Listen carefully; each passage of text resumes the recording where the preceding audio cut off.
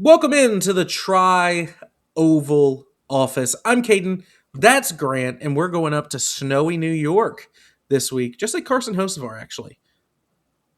I mean, I guess everybody in the we're both series. So, we're both wearing collars. It's like we're at the Met Gala. yeah, I mean, it's like we met Sabrina Carpenter last night. I think you would hear a lot more. You'd hear a lot more screaming from my wife. She'd be so mad at me if that happened. Anyways, Grant, how are you doing this evening? Good man. Just excited. This is the earliest in the week that we've done a debut. So, or not a debut. Or what's it called? A preview. A preview. That's what I meant. We got See, news. I'm on my game. You are on it. I mean, we film on Tuesday nights as like a last resort, Yeah. and it's a last resort kind of week. So. Yeah. Anyways, we have some news, breaking news. So it came out about an hour and a half ago at time of recording. We have the penalty report from Texas Motor Speedway. Kyle Busch will be receiving a talking to, while Ryan Preece, the exact penalty is 25 points and 50 grand, if I'm not mistaken. 25 points. And I knew it was 25 points. I'm looking to see that exact fine. Just because I want to make sure we get this correct. Yes, 50 grand. That's a little steep for what I thought that he actually did. We had it completely backwards. You can't tell from the camera feed or anything like that if he even got into him. However, Ryan, it's probably not a good idea to be like, whenever I see that kid again, I'm going to fence him. I hate him and I hope he dies. Because that's basically what he said. So I understand. I'm not really concerned about the fine. These drivers get paid millions of dollars, whatever. That 25-point penalty hurts Preece a lot. That brought him down. Let's just see. I've got the standings pulled up. Preece, yeah, that brought him down an entire spot. He was 12th. He's now 13th in the points. Yeah, Or if it's not been calculated yet, maybe he's 13th. That would drop him all the way down to 15th in the point standing. So either way, right there on the cut line, not ideal. good at all for Ryan Preece. Your thoughts? Did NASCAR kind of overreact? Is the punishment just? What do you think? In a vacuum, I think it'd be fine. But like when you sit it next side by side with the Kyle Busch thing, and he just gets like a reprimand, it's like, ugh, I don't know if I agree with that at all. I mean, the part that probably is not boding well from him is the premeditated part. So I guess that's enough to warrant all of that, and nothing for Kyle. But what do I know? I think we had it backwards. I thought it'd be the other way around. I did too. I thought that there would be a pretty substantial fine coming Ryan Preece's way of just racing incident. It would probably get negotiated down. I thought that they would end up with about a $50,000 fine. And that was it. The points penalty hurts.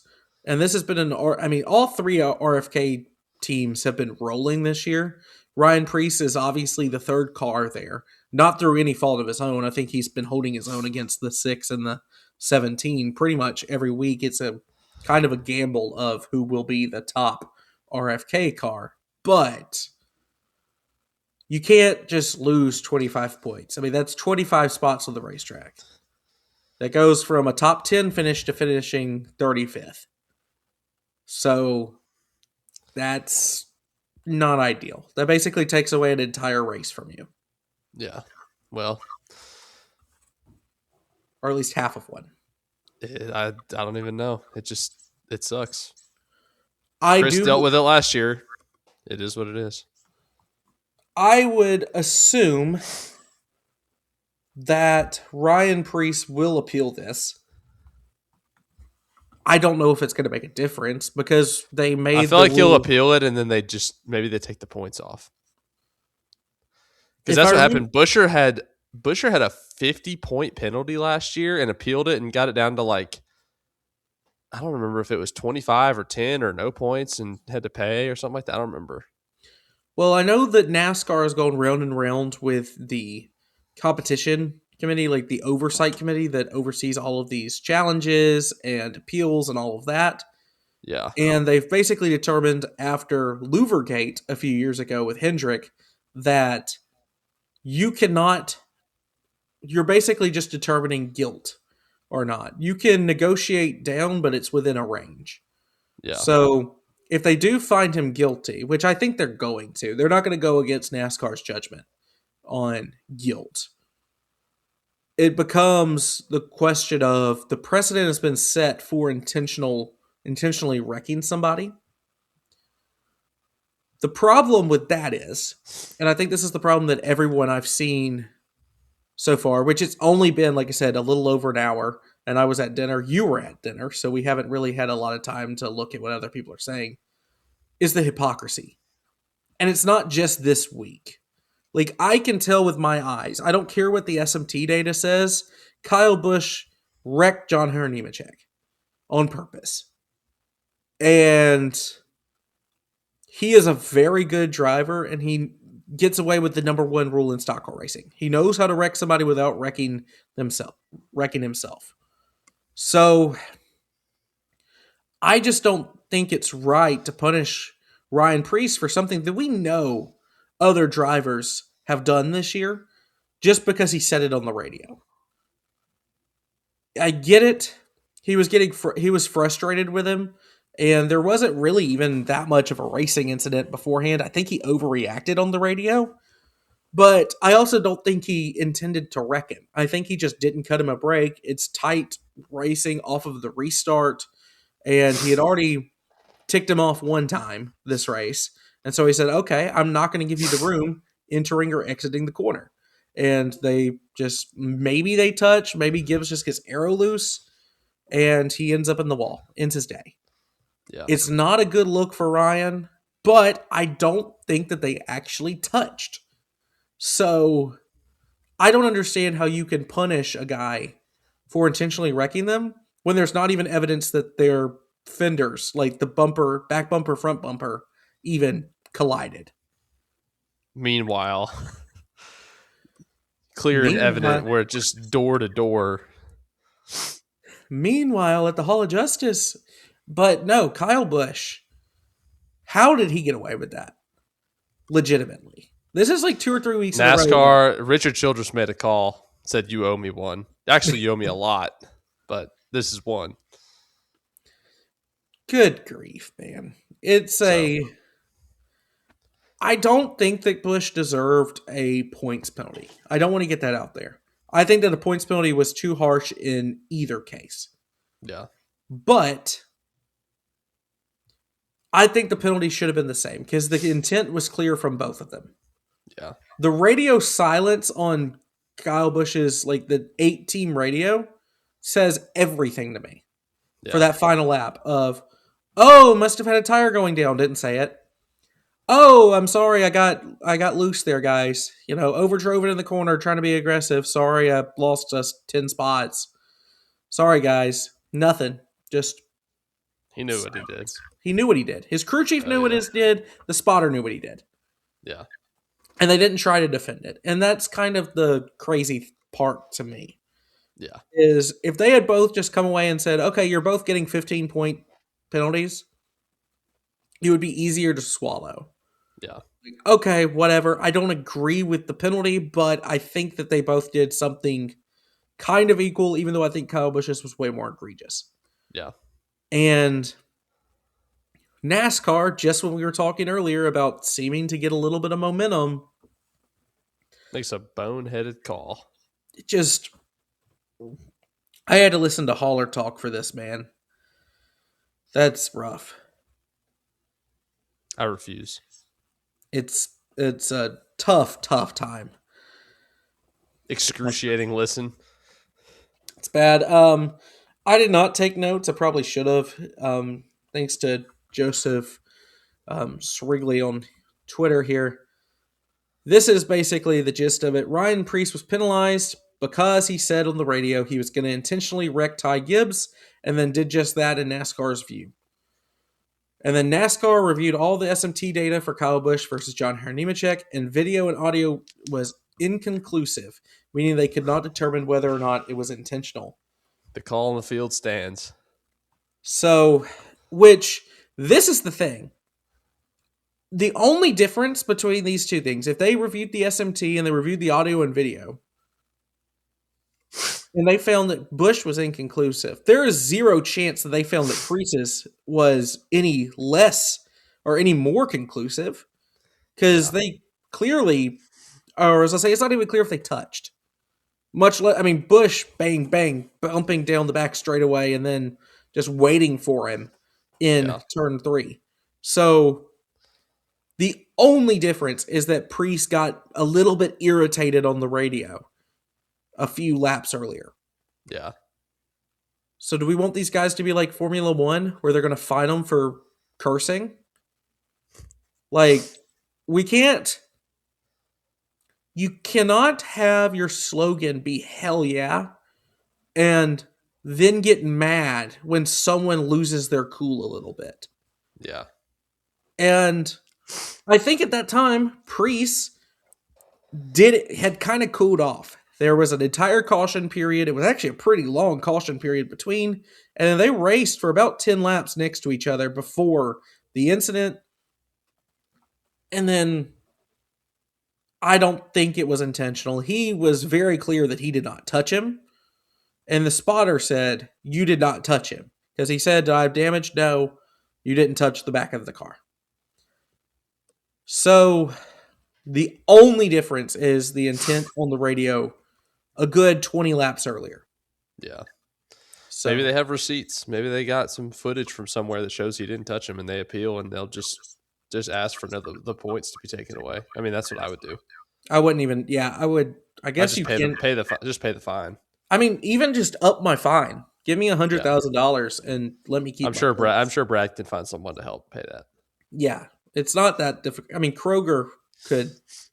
Sorry, I got to go sign some more autographs, guys. I'll buy some extra things from Kroger this week. Kroger that I don't go to, but that's okay. But yeah, that was the breaking news at time of recording. Yep. Not a ton of other news that we didn't cover in last night's thing. I mean, there is the whole idea that RFK, Brad said over the weekend that there are no charters for sale that he's aware of. As someone, I mean, you do business, and someone who specializes in terrible fantasy football trades, you don't tell your opponents what might be available on the market. Like, you keep that close to your chest if you know something. So I'm not really buying into that. As the reigning champion and shrewd negotiator, if you will, I would say he's playing the right cards. I was going to say, as someone who now has 9 or 10 picks in the Dynasty League next year, because I looked at this class and said, nope. We're tanking, Same. baby. Yep. I looked at this class and said, I'll just trade for Jahmyr Gibbs. I was going to say, I will take a 2028 first, please, and I will hold out for Tony. Thank you. Yep. There you go. But, yeah, I don't buy anything really from Brad's comments. I think it's just business speak. Yeah, probably. All right. Anything else you want to talk about before we get into Watkins, Glen? Not really. I mean, we filmed last night. Nothing's really transpired, so let's get into it. One look at the weather at Watkins, Glen, New York. Currently, it's 53 degrees and raining, or storming, actually. Awesome. Friday, I believe, is Trucks or ARCA. I can't remember. It's a quadruple header up at the Glen on Mother's Day weekend. So it's probably ARCA Friday, doubleheader Saturday. Yes, if I remember correctly. Cup Sunday. Friday, high of 55, low of 39, with 30% chance of rain in the afternoon. Saturday, climbs up a little bit, high of 66, and a low of 48, light rain. And then on Sunday, precipitation in the afternoon window, 35 to 75%, depending on the time of day. And temperature will be pretty comfortably in the mid 50s. So, should be an interesting kind of race. Definitely reminds you a little bit of what the early races of the season were like, where it was very cold, not a lot of grip on the tires, and you just try to make it work. And especially if it's a rain race, we don't get do a lot of that here in NASCAR. So Yep. I'm trying to even remember when the last rain race was on a road course. Was it? Did they rain at Mexico City last year? Like slightly. I don't remember. It was. I don't. I don't think. I don't remember. I mean, I was driving from St. George to Anna Maria during that whole race, so I barely got to. I was hardly paying attention. so that was Mexico City. It was a Chicago. It had to, like definitely a Chicago. Yeah, So because it always rains on Sunday in Chicago apparently. So that could that's be why we interesting. raced that day. Yep. Looking at FastLap.io, not a sponsor, could be friend of the program. Yep. SVG has the best finish here. His starts 2.5 is his average start at Watkins Glen. His running position is a 4.8. He is in 3 starts here, 2 top 5s, 2 top 10. Sorry, no, 2 starts here. He has 2 top 5s, 2 top 10s, and he is really good. A rating of 133.8. Next Just in line is ridiculous. William Byron with 109.4. He Yeah. is Nuts. dominant here. Keep in mind, too, that first race with or at Watkins Glen is not in a trackhouse car. That was in a colic car. Mm-hmm. So The 16 the 16 where he got just plain out drove on the last lap by Chris Buescher. dog. So whenever we go to a road course, I think we have to start with Trackhouse. Trackhouse that desperately needs a win. All Yep. 3 of them. Badly. And all three What? of them could win. What one with less odds than the other two, but he could. I mean, SVG clear favorite here in terms of, I mean, just every metric. We've not seen Connor Zilic race a cup car here. He was supposed Yeah. to, but Then he got hurt. I mean, he celebrated a little too hard. Yeah. But Ross Chastain, if you look at it, has the 4th best rating here. And if you just go by the power rankings at Watkins Glen, Ross Chastain is 3rd. If you look at everything pit crew, tire combo, Watkins Glen, and road course. So absolute. There is a possibility of a Trackhouse 1, 2, 3. I don't think after watching them at Coda, they qualified really well, or at least Ross Chastain did. They did not have the same speed as Ryan Blaney or more especially Tyler Reddick. So SVG is a better road racer than Tyler Reddick. No one's going to debate that. Yeah. He did not have the straightaway speed to hang with the 45. Yeah. So that was kind of the issue for Trackhouse. That being said, it's hard to go with a non-Trackhouse driver this week, Yeah, as it it will is. be for any road course. Yeah. That's my lean. I don't know. What's your thoughts on Ross? I think that Ross is Watkins Glen is kind of a weird track for him. Like I said, he's good here. However, I don't know with Trackhouse's struggles that he is going to have winning speed. I think he'll qualify very well. It's just I think he's going to slowly bleed spots. If you remember from Coda, where he ran the beautiful Wendy's car. Yeah. No, actually, he did not. That was at Atlanta. Connor Zillage. Who No, did, what did he ran the he had a Wendy's car at Coda as well. I'm correct there. I was about to Um, say I'm pretty sure it was. he decided is a poor choice of words. He won stage one, and then everything went wrong. He lost a tire while he was running in the top 10, and then he lost. When you lose a tire on the racetrack, you go 2 laps down, which is basically impossible to make up at a road Yeah. course. So he finished well in the back. But He was I my thought, pick two that race. yes, and I thought he was very consistent. He just ran top five most of the day until everything went wrong. Yep. He did not have the speed, though, of either Connor or SVG. Yeah. Connor came from the back to the front like 4 times, and SVG never had winning speed. He only led 2 laps in the whole race. Connor was faster than him, but he came home second because he's just Yeah. that good of a driver at Yep. a road course. Yep.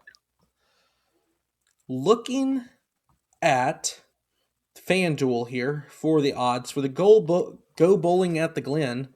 No Oh yeah. surprise, SVG plus 125, then Connor Zilic, Tyler Reddick, a distant third in I just don't. People are gonna bet that one.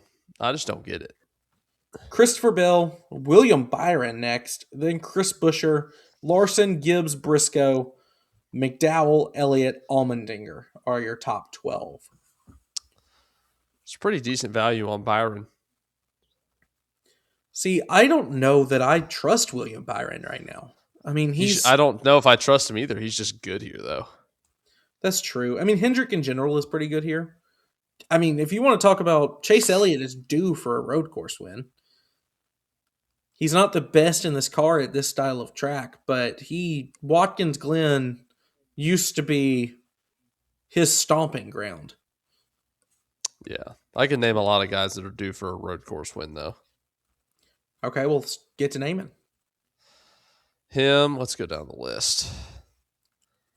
Ross, Briscoe, Ty Gibbs,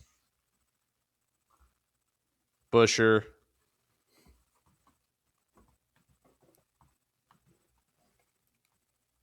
Probably those all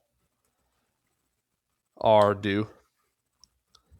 Okay, just remember though, if you want, Catherine Legg has better odds than Zane Smith, Eric Jones, Bubba Wallace, and John Hunter Nemechek this week. So I've I'm never actually bet it. shocked at Bubba. Bubba's rate has improved his racecraft on these style of tracks immensely, but He's still plus 40,000.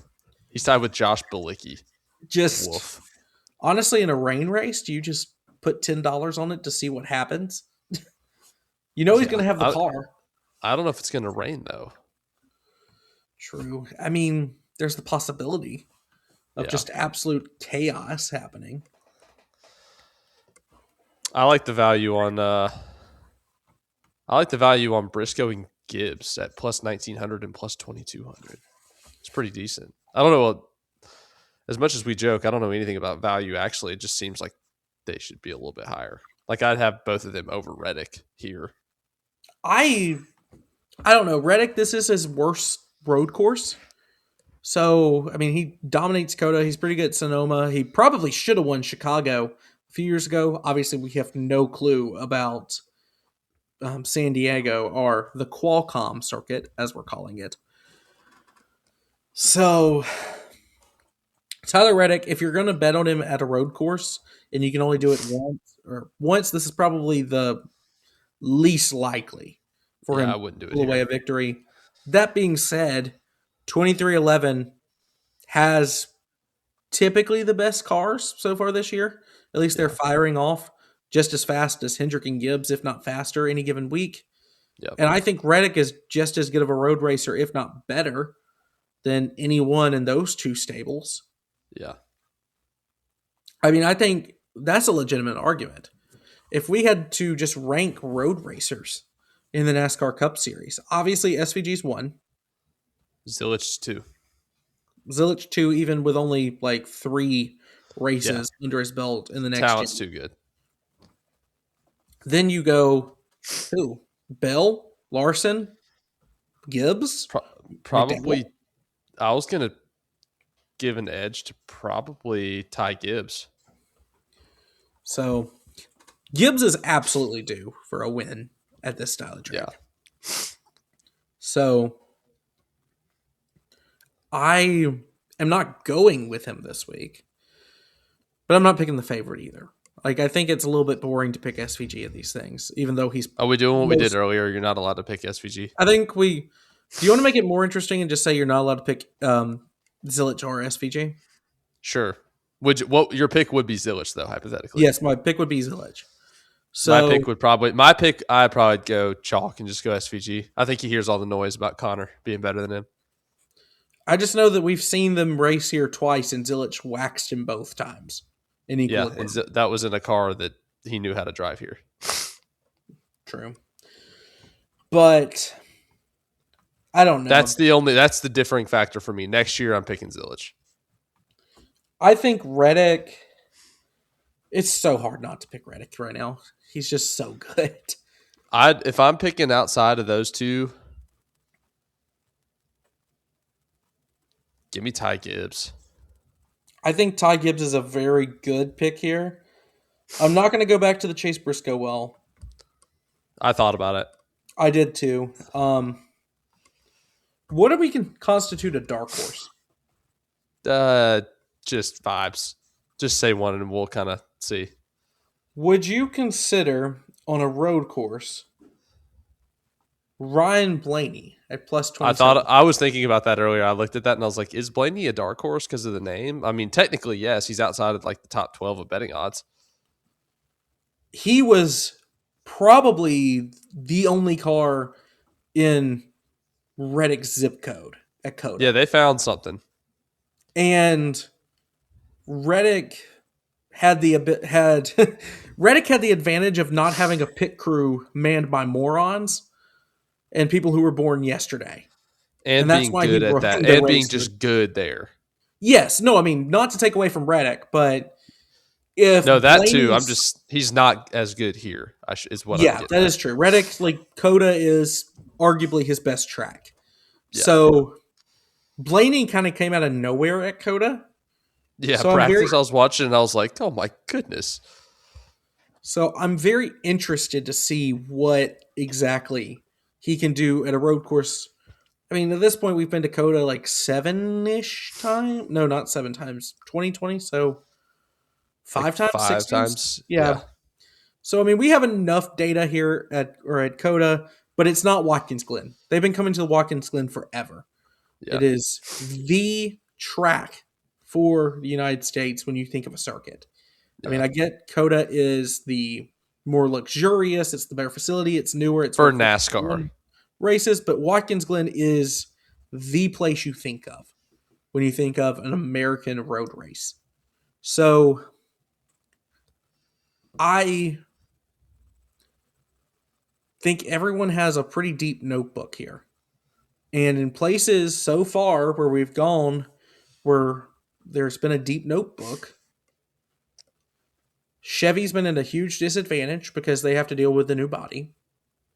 Ford just is irrelevant most weeks outside of RFK, like 2 RFK guys and Blaney. So Toyota makes the most sense to go in terms of a pick. And you could make the argument that Reddick could win, or 3 of the 4 Gibbs cars could win. Denny finished with a top 10 at Coda, but he's not winning at Watkins Glen. I'm sorry. Absolutely not.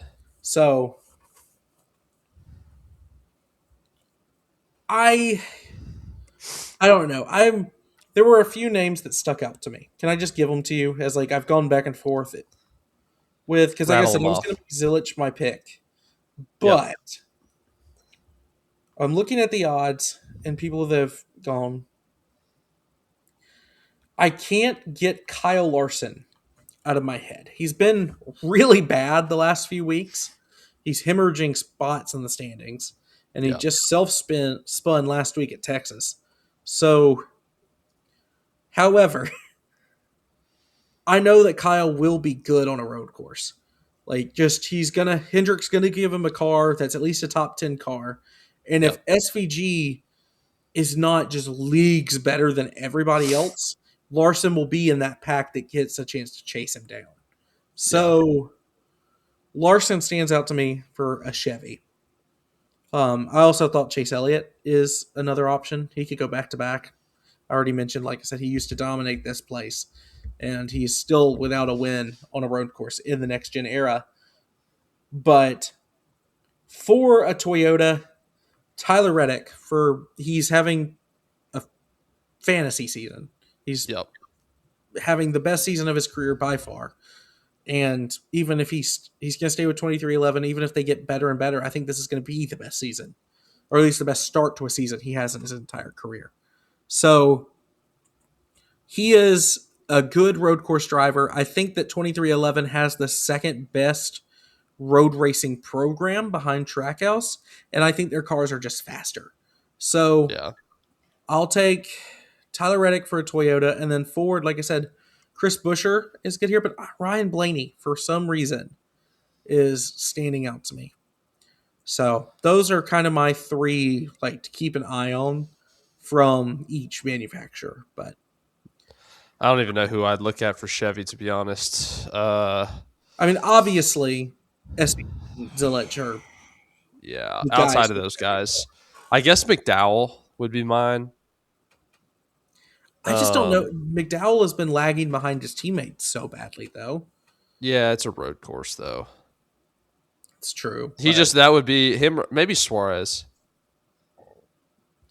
I just I want to do have a go. dark You're horse. looking at Hendricks, so I'm looking somewhere else. And then if I had to go forward,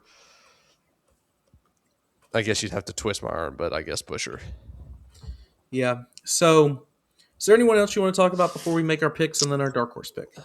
Uh, I mean McDowell is sixth best here in terms of driver rating.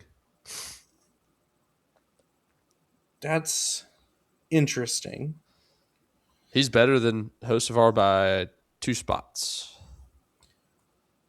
Just in terms of power rankings, going down the list, I mean, SVG, Bell, Chastain, Byron, Gibbs, Busher, Reddick, Oh, Briscoe, what are McDowell. your settings? This is just Fast Labs IO's built-in power rankings for each track. Oh, I'm looking at. I've got it just set on. I just went to track and clicked on Watkins Glen. Yeah, this takes into account average running position at Watkins Glen, average running position at a road course, laps led plus I fast see. laps at Watkins Glen, I'm here. their previous finishes on the tire combo in terms of rating, their pit crew, and their rating at Watkins Glen. So that's kind of what they're factoring in. Yeah, I I do see have it a now. dark horse name to bring up. Oh And I boy. don't know if I should actually make it my dark horse because I have options with the way it's laid out. Let's hear it. Kyle Busch last year had the most speed on road courses. Coda, he led a bunch of laps and he was fast at a few other places, just didn't get the finishes he was looking for. Yeah. Kyle Busch is kind of right there, middle of the road, plus 6,500. And I don't think he's going to win, but they've launched off the trailer with speed now 2 weeks in a row. Yeah. It's not, well, it is his fault. I was about to say, it's not his fault he finished 20th last week. No, it's actually No, it's 100% directly his his fault. fault that he finished 20. So, but Andy Street in 2 weeks with back on top of the pit box for Kyle Busch has given that 8 team a little bit of life in terms of just pure speed. I don't think I would take him to win, but as a top 10 candidate, I actually feel pretty good about it. I don't know if that's a well I want to go back to yet. And then another name I had my eye on, Alex Bowman. I mean, back-to-back Yeah, top threes or I could see back-to-back that. thirds. And he has a few road course wins in his um, Cup Series career. And just looking here at Watkins Glen, he is the 13th best driver in terms of rating, which you got to go down a ways. It kind of evens out. He's actually right between Ty Gibbs and Brad Keselowski. Yeah. So If you're that is tied a with Brad Keselowski on a road course, I don't know how good of a sign that is. I guess it But used to be pretty decent, but last year, or wait a minute, for some, this is showing me the wrong track. Let me go. I was like, uh-oh. why is Bubba so high for how bad his betting odds are? Okay, now let's look. So Hocevar has an eighth, is eighth in terms of driver rating here. Yep. Joey Logano is ninth. I did see that when I was looking at those. So Bubba Wallace 14th. I mean, that's some decent odds there. Ryan Preece is 16th, so he's ahead of Tyler Reddick. Tyler Reddick, though, like I said, his car is so much faster than what it's been in Yeah. previous years here. Bowman is better than Kyle Larson and Kyle Busch and Brad Kay here, which, I mean, Yeah. and he's just as good as Chase Elliott. Hmm. So Hendrick has run into a little bit of bad luck at Watkins Glen, but I think Bowman, he's a good road racer, not just looking at this specific track, Yeah. and he's got a little bit of momentum going right now. So Can't underestimate momentum. we both did it. Yeah. Um, words are hard. Words are hard. That's Okay, why Grant. we use them constantly on a podcast. Grant, who is winning the Go Bowling at the Glen? That's all it's called. It doesn't have a Grand Prix. Why is it not called Go Bowling Grand Prix? That would make way more sense and it sounds better. Go Go bowling Bowling at at the the Glen just sounds like you're telling me to do something. Yeah, I don't like that. Go Or bowling Go at the Bowling at the Glen. Glen I 110. mean, I guess. Um, is this in or excluding the top two? You can make a pick of the top two and then we'll make our real picks. I thought, let's just omit them. Let's just omit them. Okay. We'll just say like I would probably take the 97. You would probably take the 88. 88, and then we'll call it a day. Okay. And then outside of that, give me. I'm torn between two Toyotas. Give me the 54. 54. So Ty Gibbs getting his second win of his career and the second win of the season for you. I'm looking here just at road courses in general, and Yep. man, I think Ryan Blaney last year just had some terrible luck. I think he found something at Coda. I'm going to take Ryan Blaney to win outright. Wow. That's As a little your dark horse or as your no as regular? my regular pick Okay. because I would pick the 88. I was torn between Blaney and Reddick, and maybe I'm just picking Blaney to kind of be different, Yeah. but I'll take Blaney as my main pick, and then I'll let you choose dark horse first, my friend. I am going to take Daniel Suarez. A lot of Daniel Suarez dark horses this year. He's just not being properly I rated. mean, he's paid off on half of them. I mean, it's So, either feast or famine with him, and if you pick him on the feast week, you're living the dream. So, despite having basically the same odds as Blaney, I'm very tempted to take Chastain here, but um, give me. I can't go back to the Kyle Busch. Will. Like I said, he's shockingly good here. I'll go Penske on both. Give me Joey Logano all right. too. Not a bad pick at all. I like it actually. I think he's good, and he has slightly worse odds than Austin Cindric, but Yeah, Logano's better here at the Glen. So, yeah. alrighty then.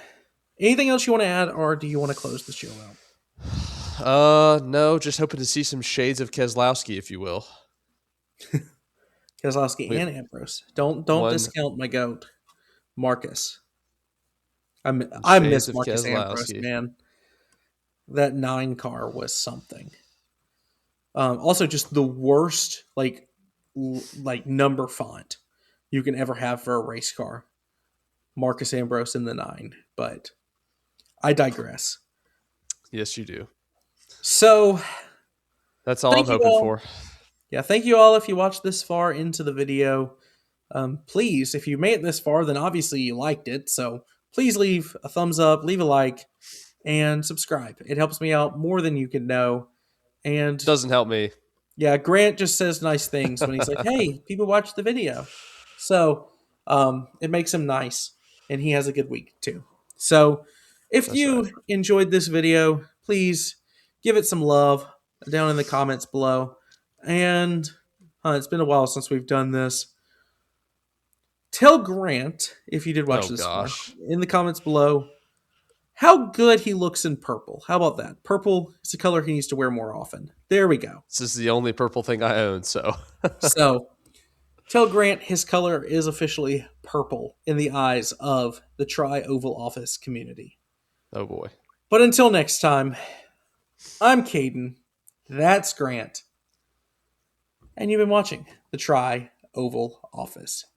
Catch you next time.